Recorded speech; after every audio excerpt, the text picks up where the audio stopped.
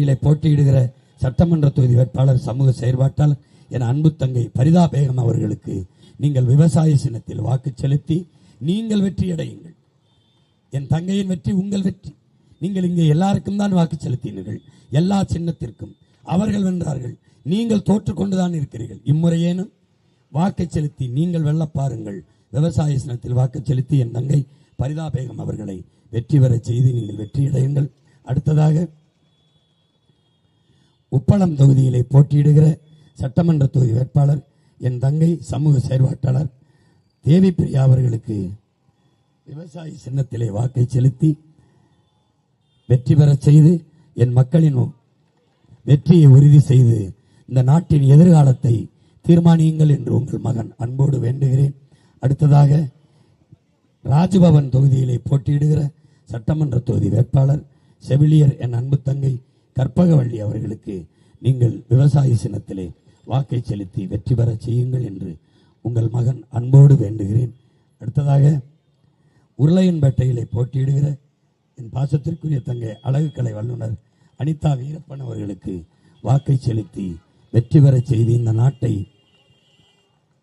உங்கள் வாக்கை செலுத்தி இந்த நாட்டை நல்வழியில் செலுத்துங்கள் என்று உங்கள் மகன் உங்கள் உடன் பிறந்தவன் அன்போடு வேண்டுகிறேன்.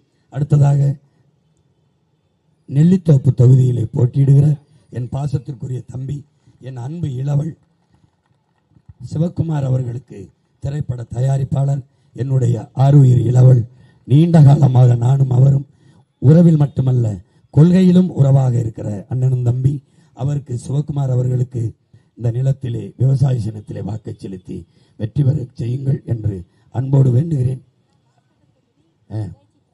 லாஸ்பேட்டை தொகுதியிலே போட்டியிடுகிற அன்பு தங்கை ஜெயசித்ரா அவர்களுக்கு விவசாய சின்னத்திலே வாக்கு செலுத்தி வெற்றி பெற செய்யுங்கள் என்று உங்கள் மகன் உரிமையோடும் உறவோடும் உணர்வோடும் அன்போடும் வேண்டுகிறேன்.